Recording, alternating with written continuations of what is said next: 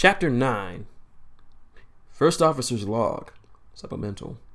The Enterprise continues to remain in orbit above the Halcon homeworld, attempting to negotiate for the rights to harvest their dilithium reserves. From what the captain has divulged, the Halcons are extremely hesitant to risk parting with it, not for reasons of greed or avarice, but rather for fear of what could be done with the destructive power that their dilithium could provide. Though I believe the captain finds their intransigent nature inherently frustrating, he also admires the basis for their stand. Indeed, such a civilization would be welcome within the Federation for its principles alone. Matters have been further complicated by the arrival of a passing ion storm. At our current altitude, the Enterprise is being subjected to considerable turbulences and ionized interference. Although the risk is negligible, there have been reports of minor damage and system failures throughout the ship. The importance of securing this trade agreement, however, currently overrides such considerations. Report, Mr. Sulu. Spock instructed quietly, hands folded behind his back as he stood next to the helm console, considering the swirling magnetic storm on the view screen. We are maintaining orbit with some difficulty, Sulu quietly reported, his eyes narrowing as he considered his readouts. But the storm is intensifying, sir. Very well. When the captain checks in, we will inform him as to... Spock's musings were interrupted as the comm system sparked to life. Kirk to Enterprise. Spock here, Captain. Report on the ion storm, Mr. Spock. Standard ion type, Captain, but quite violent. A rough shudder shook the bridge, leading to a wry and very unpredictable. Rough ride? If we remain, Spock replied, which was as close to as a recommendation as he would get. Stand by to beam up the landing party. Plot an extended orbit to clear the disturbance. Kirk out. Comply, Mr. Sulu. Aye, sir, Sulu replied, carefully inputting the new heading. I'll be in the transporter room, Spock calmly announced even as he moved towards the turbolift, stumbling only once when the ship gave another sharp tumble. Ensign Kara, if you would please send a transmission to Starfleet updating them as to our status and in the necessary delay. Yes, Commander. The communications technician, replacing Uhura for the moment, given that she was on the planet's surface, shifted her hand to her earpiece as she began to speak quietly, composing the necessary message. Only moments after Spock had left, the turbolift doors opened again. Chekhov and Sulu were having a muffled conversation with each other, so they didn't bother to look up.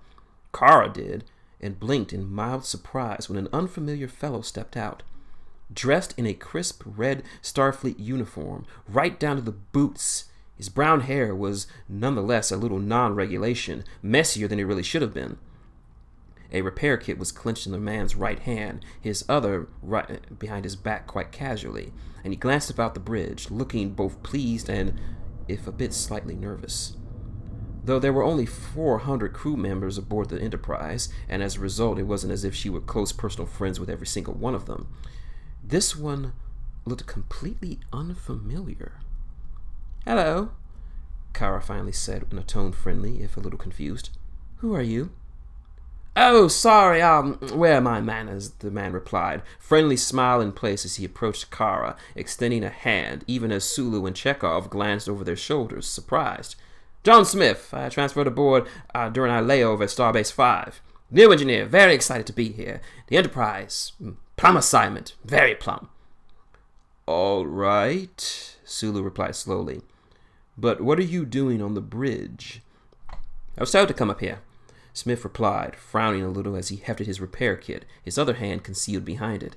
When the ship shuddered again under the ion storm's effects, no one heard the faint buzz that sounded from behind it. Nobody told you I was coming? Something about the Stein station being down and not working, right? Frowning, Chekhov vacated his seat just for a moment, moved over to the science station.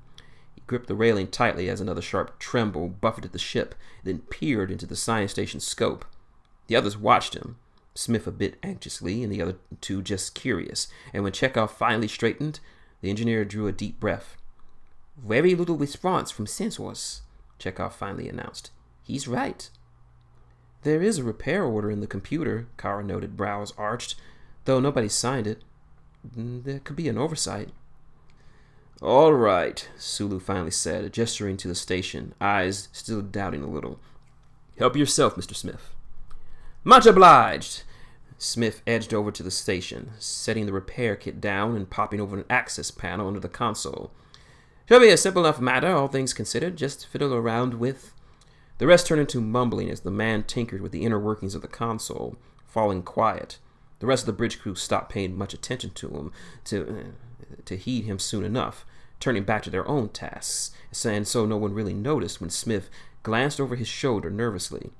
Upon seeing that they were otherwise occupied, the red-shirt engineer climbed to his feet and peered into the spine scope, adjusting a series of controls on the surface. The moments stretched into minutes until finally the communicator on the helm console gave a sharp beep. Spock to bridge, the Vulcan first officer's voice piped through. The landing party is aboard. Adjust orbit. Aye, sir, Sulu replied. Adjusting orbit now. Spock out. Well!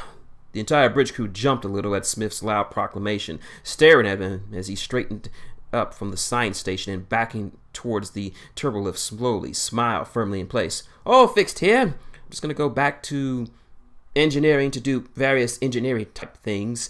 Everyone's doing a spot-on job, just really great. So just, carry on, people. The turbolift doors finally, mercifully closed before the man could babble on anymore. Chekhov and Sulu exchanged glances, and finally Sulu turned in his chair to glance back at the communication station. Kara, are you sure there was a repair order up there? Sulu asked, brow lifted. I could have sworn he was acting shifty. Kara sighed and shrugged. I checked it, and the crew roster for good measure. Everything checks out on both. Chekhov chuckled a little. We always get the crazy ones from Starbase 5. Once the turbolift had closed, Smith gave a long, low sigh of relief, slumping back down against the wall a little just as he tugged irritably at his collar.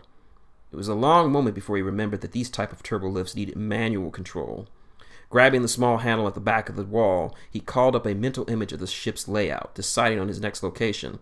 It wasn't until the turbolift was on the move that he began to laugh a little, a sort of nervous chuckle. I can't believe that actually worked, he muttered, giggling a little bit more before drawing in a deep breath. It was going very well so far.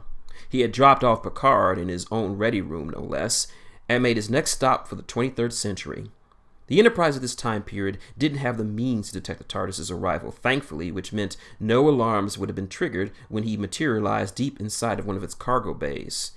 You see, on one of the older Constitution-class starships with no replicators on hand and synthesizers providing relatively limited functionality, much of the foodstuffs, materials, and spare parts had to be kept in storage, which meant that the individual bays were actually many times larger than those aboard the Galaxy-class variety, and poorly lit to boot. So he had tuckered it deep in the back of the cavernous room, concealed behind a stack of ration crates. He would have set it on invisible running, but he expected to be there for longer than the power reserves could hold up. The energy modulator wasn't a perfect replacement, and so he was mostly relying on luck. Lots and lots of luck. More specifically, he needed information on exactly what happened. Not the events, because those he already knew. The Enterprise landing party, due to mysterious circumstances, ended up switching places, as it were, with their counterparts in an alternate reality due to a transporter accident, with obvious hijinks ensuing. The problem was, for some insane reason, the Enterprise hadn't thought to take measures during even the second transport. The amount of scientific data on just what happened to cause this dimensional shift was negligible, and if he hadn't been trying to maintain his cover, he might have well scolded the entire crew for being so damn careless. Oh, so records wouldn't suffice. The Doctor needed to be on board their ship, access their bridge, and use their instruments for himself. The TARDIS had a variety of scanners on its own, all of which would be compiling plenty of data, but he didn't want to risk missing anything that the Enterprise scanners might pick up. It had been risky, incredibly so, even though he had basically taken the basic precaution to break into their computer banks and insert some very useful files. Their computer was much easier to manipulate than the 1701Ds had been. But he knew there was a chance they would refuse to believe him, or they would have doubted it enough to check with a superior officer. Still, he hadn't been caught, which was wonderful. Except he wasn't done, not by a long shot. Even though he had programmed the sensors to record the return trip when they unloaded the mirror counterparts, he still wanted to gather information on a few more pieces of data. It would be tricky, incredibly so, and there was a small chance someone would stumble upon his TARDIS. But, well, what was the fun of playing things safe? According to the reports he read from the Enterprise D's computer, the Mirror Universe counterparts, like the party from the original universe's Enterprise, had tried to blend in with their new surroundings. Of course, given these particular people were considerably more ruthless and craven than those who normally occupied this reality, they weren't going to get away with it for long. But the Doctor wasn't interested in how things would turn out. He just wanted his chance to get close to those doppelgangers. Grunting, he stripped off the red tunic, revealing a blue one underneath. Quickly adjusting it here and there, he crumpled up the red one, and once the doors opened, started to step out. But when he saw Spock and the imposter landing party coming his way, he panicked a little. With nowhere to stash the extra uniform, the Doctor settled for dropping on the floor of the turbolift, then stepping out with quick, confident steps, marching right past Spock and the landing party. Fortunately, the Vulcan seemed to be distracted by what he believed to be the real Kirk, who at the moment was acting a little erratic. "The Hawkins have refused to cooperate," Kirk was all but bellowing, even as he shrugged off a scowling McCoy's attempts to speak with a raised hand. "We can't let that stand, Spock."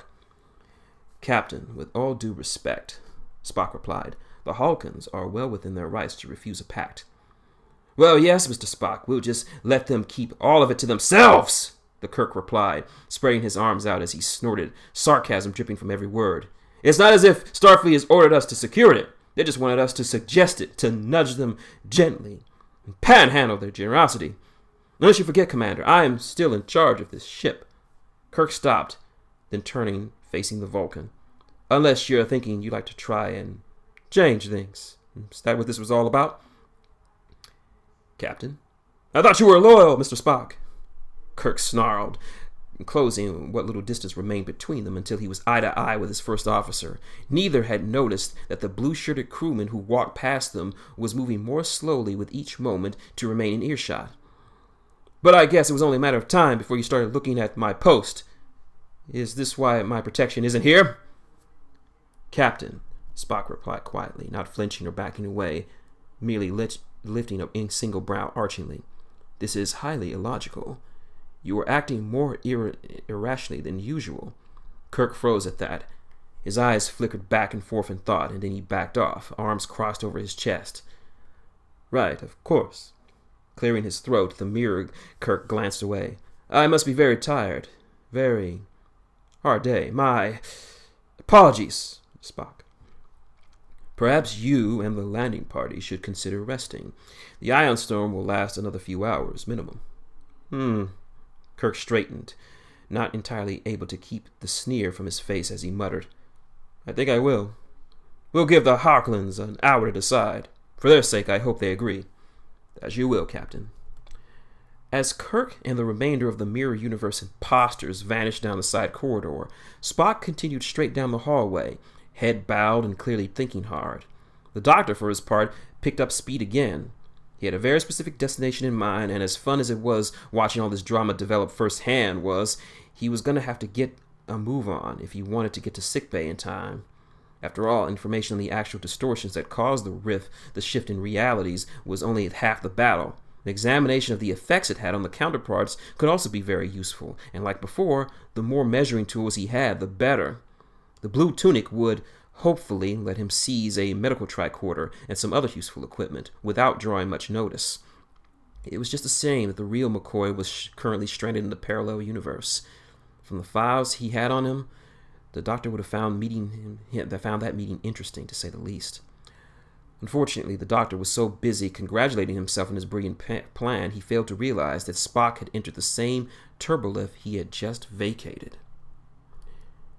"Report, Mr. Sulu," Spock instructed as he stepped it off from the turbolift, sounding almost distracted. "We have moved to higher orbit, sir," Sulu replied. "We are no longer being affected by the ion storm." When Spock didn't reply, the helmsman glanced over his shoulder. The Vulcan still stood near the turbolift, holding a rumpled mass of red cloth in his hands. "Is everything all right, sir?" Sulu asked slowly. "There was a uniform top in the turbolift," Spock replied, the closest thing he had to a frown as he shifted to stand by the science console, fingering the fabric of the uniform as if he were thinking it would hold some secret. "Unusual." The remainder of the bridge crew glanced at one another, a sense of mild dread starting to spread as his words sunk in. Another moment passed when they silently exchanged arguments as to just who was going to be the one to confess. When Sulu and Chekhov turned back towards the view screen, the decision was made, and the communications officer was forced to step in. "Sir, there was a crewman up here earlier," Kara said quietly, frowning as she tried to avoid looking away from the Vulcan science officer. "An engineer. It was unusual, but he had a repair order to restore function to the science station." "The science station was undamaged, Ensign," Spock pointed out, a single brow lifting. Not when I checked it, sir," Chekhov protested, getting involved now that the ice was broken. "It wouldn't function." Considering that the first officer keyed a few commands in the science terminal and bent down to peer in the scope, face intent, the others watched for a long moment as he made minute adjustments, scanning through the ship's computer until he found what he was looking for. "There is indeed a file on him on the crew roster," Spock finally said, straightening his hands behind his back. Despite the apparent evidence supporting the man's existence, he still seemed unconvinced, and it was only after a brief hesitation that he moved to the nearest comm panel, keying it to life. "Spock to engine room." "Engine room, Assistant Chief Kale here, sir." "Mr. Kale, is there a John Smith listed among your staff?" There was a brief pause before Scott replied, a bit surprised. No, sir. I don't believe we have anybody by that name aboard. Why?"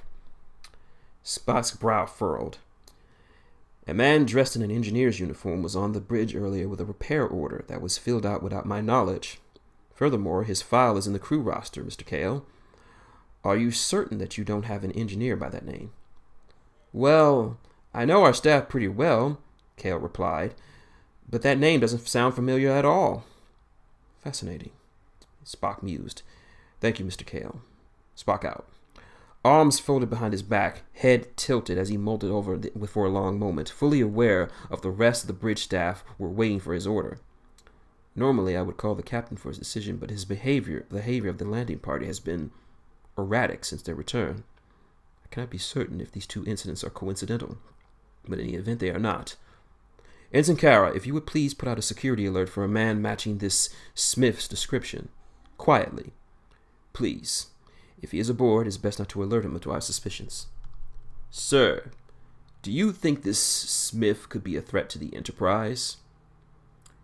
I am uncertain, Spock replied, and then added firmly, Rest assured, Mr. Sulu, we will find out.